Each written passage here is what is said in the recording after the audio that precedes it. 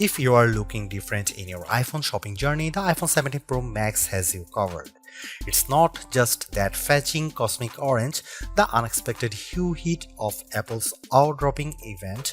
Apple's iPhone 17 Pro Max features a fresh design with new materials and a broad and bold product spanning camera plateau that adds a distinctive flair to what had become a somewhat tired design. Inside, the changes are no less significant, from the powerful A19 Pro chip to the new vapor chamber supported heat management system, which enable enough performance to support every peak and valley of your experience. If you are fixated on cameras, the iPhone 17 Pro Max will not disappoint. There are now finally three 48-megapixel lenses that support a wide range of shooting styles.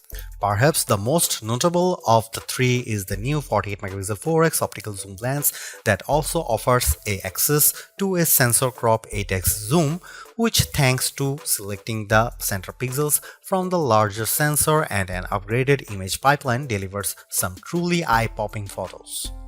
This is also an upgrade that makes a canny swap of titanium for aluminum a seeming downgrade, but one with some significant benefits, like the ability to apply that amazing new anodized orange finish and the ability to better distribute and dissipate heat. Finally, there's the price. It's the one thing you hope doesn't get an upgrade. And I am happy to report that Apple somehow held the line here. The iPhone 17 Pro Max still starts at $1,199 US. It's never been a cheap smartphone, but then this one is for the pros, and I think they will be very happy. I know I am. As for why you might buy the iPhone 17 Pro Max over the iPhone 17 Pro, that comes down to screen size, battery life potential, and the option to get up to 2TB of storage. Otherwise, these iPhones are identical. The iPhone 17 Pro Max was announced at Apple's eye-dropping event on September 9. Pre-orders began on September 12, and the phone arrives in stores and starts shipping on September 19. The iPhone 17 Pro starts at $1,199 for the model with 256GB of storage, with that price rising to $1,399 for 512GB of storage, $1,599 for 1TB storage, and $1,999 for 2TB of storage. The later configuration represents the largest storage capacity of any iPhone ever. Apple is likely getting undue credit for not raising the price of the base model iPhone 17 Pro Max. Component prices and supply chain issues relating to the geopolitical stage are surely putting pressure on the company. Somehow, too, Apple has held the line, and the base iPhone 17 Pro Max still starts at $1,199 for 256GB model. The only difference in pricing comes into play when you stretch to the phone's new upper tier of 2TB, which is only available with the Pro Max model. That sends the price up to almost $2,000. It boggles the mind that we now consider paying almost $2,000 for a pocket-sized device to be rational. On the other hand, this is a true pro-level smartphone that, based on my tastes, is probably ready for pro photography and videography tasks, and when you put it like that, it might seem like a bargain. I saw enough leaks in the run-up to the iPhone 17 line launch to have a pretty good idea of what was coming, and to be honest, I was preparing to hate the iPhone 17 Pro Max redesign and colors. Yet, here I am now, quite pleased with the giant plateau, and yes, loving cosmic orange.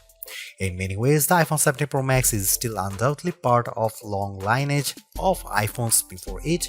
There are, though, just enough new touches here to add up to what I am comfortable calling a redesign.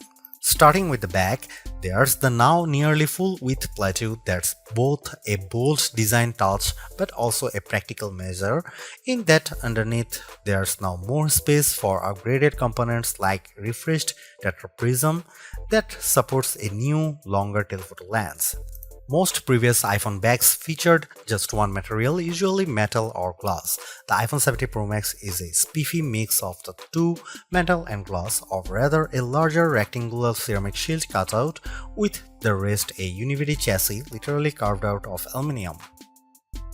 Instead of a titanium band surrounding a frame, components, and the front and back glass, the iPhone 17 Pro Max's back cascades seamlessly to the side and even curves just a bit around the front to meet the Ceramic Shield 2 screen covers, which reportedly will better protect it from scratches.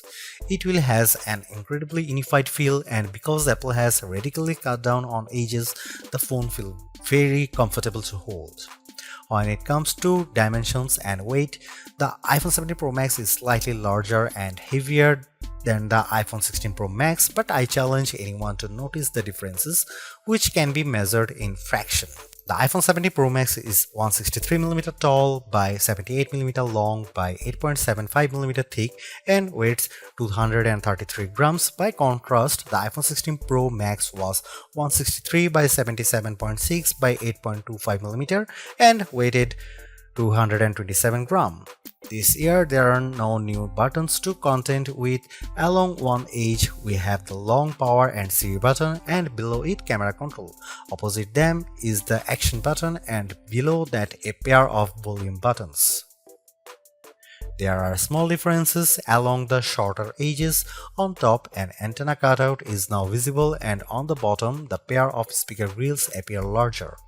If you want to lie the phone flat, you will have to place it screen down. Even though the back plateau is nearly the full width of the phone, the tri-camera array still bumps out even further, and between this and the wide metal bump, this phone lies on its back at a slightly more extreme angle than the iPhone 16 Pro Max. The switch from titanium to aluminum provides not only some useful heat management and energy efficiency benefits, it's also opened the door for anodized color options. I don't know where Apple got the idea for cosmic orange, but I actually love it. It's bold without being garish. There's also silver and the very deep and inky deep blue. Apple sort of explained its color choices to me and even the loss of black, but I think this is just Apple mixing things up and possibly giving a nod to all the pro level folks who buy this phone for creative pursuits. Orange is a color that will get you noticed. iOS 26's liquid glass interface might lead you to assume there has been some radical display overhaul, so much glow, shiny and artificial transparency. However, that would be mostly wrong.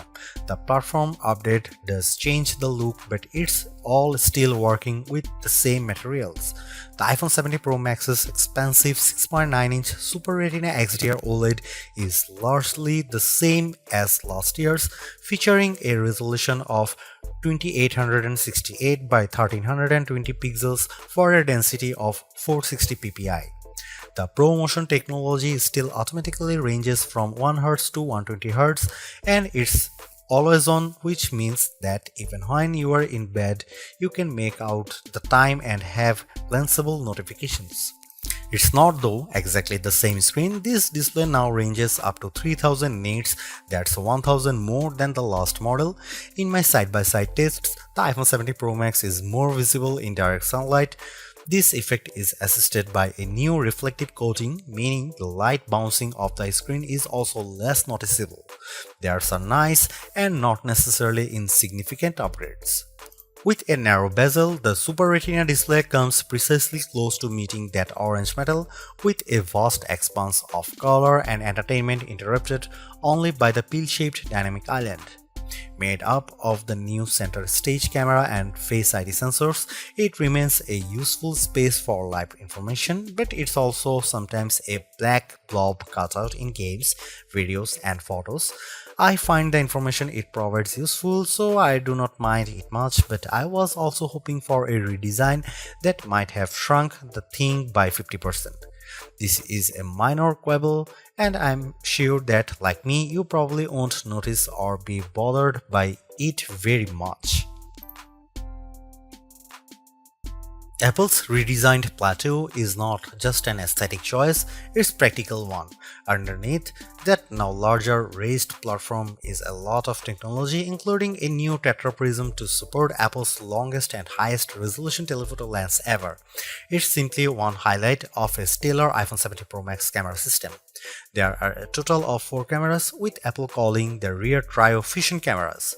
The main camera is 48 megapixel, ultra wide is also 48 megapixel, and telephoto also 48 megapixel with 4x optical, and the selfie camera is 18 megapixel. Those specs only tell half the story. In general, you are not shooting at the full frame 48 megapixel resolution, or rather you might be using all 48 million pixels to produce a high quality 24 megapixel or even 12 megapixel to produce an 8x optical quality sensor crop. The ultrawide will by default shoot 12 megapixel macro photos. In virtually every instance, this is a case where less is more. Apple uses all that pixel information and its remarkable image pipeline to deliver fantastic photos with true life colors and exquisite detail. Here are some camera samples of the iPhone 17 Pro Max.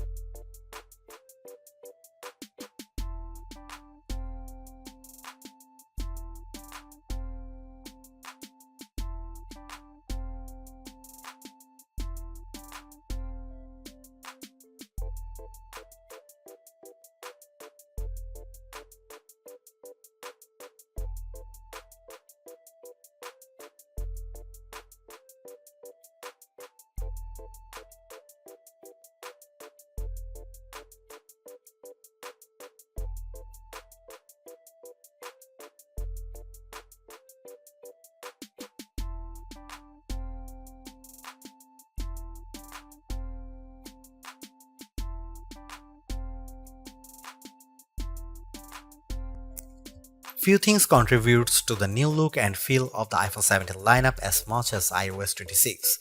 Liquid glass adds a translucent sheen to almost every aspect of the platform, and mostly it's gorgeous. Apple has done an excellent job of programming pixels to look like glass. Sometimes though, the transparency is overdone and I struggle to make out some interface elements. Think of it this way: when you can see through one element to view another, it can occasionally increase the overall clutter and make some things visually confusing. For example, when you swipe down on the screen to access global search, the search box still faintly shows what's behind it, which makes what's on top of it, what you are typing, a little harder to read. It's small issues that Apple could easily address in the next iOS update. In some cases too, like the new first-party app icons, control center, and dock, iOS 26 is a welcome update that gives everything a little polish without throwing out the most recognizable elements. Apple Intelligence gets a few updates, like live translation and the ability for images captured through visual intelligence to be transformed into calendar entries. I played a bit with Genmoji and Image Playground to experience those upgrades, but they are mostly minor and I still await the fully featured Siri that Apple has promised. The iPhone 17 Pro and iPhone 17 Pro Max might represent the most radical redesign of the iPhone in terms of internal components we have seen in quite some time. In a way, Apple's external changes are directly connected to those updates. Let's start though with the A19 Pro chip, which is now supported by 12 GB of RAM. It's a formidable combo, and in our benchmark, it raised the bar for single and multi-core Geekbench scores while also boosting things like frame rates in games. The A19 features a 6-core CPU and GPUs. On the GPU side, each core features its own neural accelerator. It's a system that ably handles 4K video editing and AAA gameplay with equal aplomb. In games like Destiny Rising, reflections and atmospherics like fog and smoke match what you might see on a console. What's more remarkable too is that as you do all this, the phone remains relatively cool, and even if it gets a bit warmer in general, there is no one identifiable hotspot. That's down to the new heat management system, which includes a long and narrow vapor chamber that sits on the top of the A19 Pro, which is placed near the center of the iPhone 17 Pro Max's body. As the A19 Pro heats up, the water inside the vapor chamber absorbs the heat and vaporizing the water, which then condenses on the other end of the chamber. The process repeats continuously to manage and transfer the heat out across the chassis and to the more heat-efficient aluminum frame. It's that kind of heat management that helps the phone maintain a high level of performance and, in my estimation, positively impacts battery life.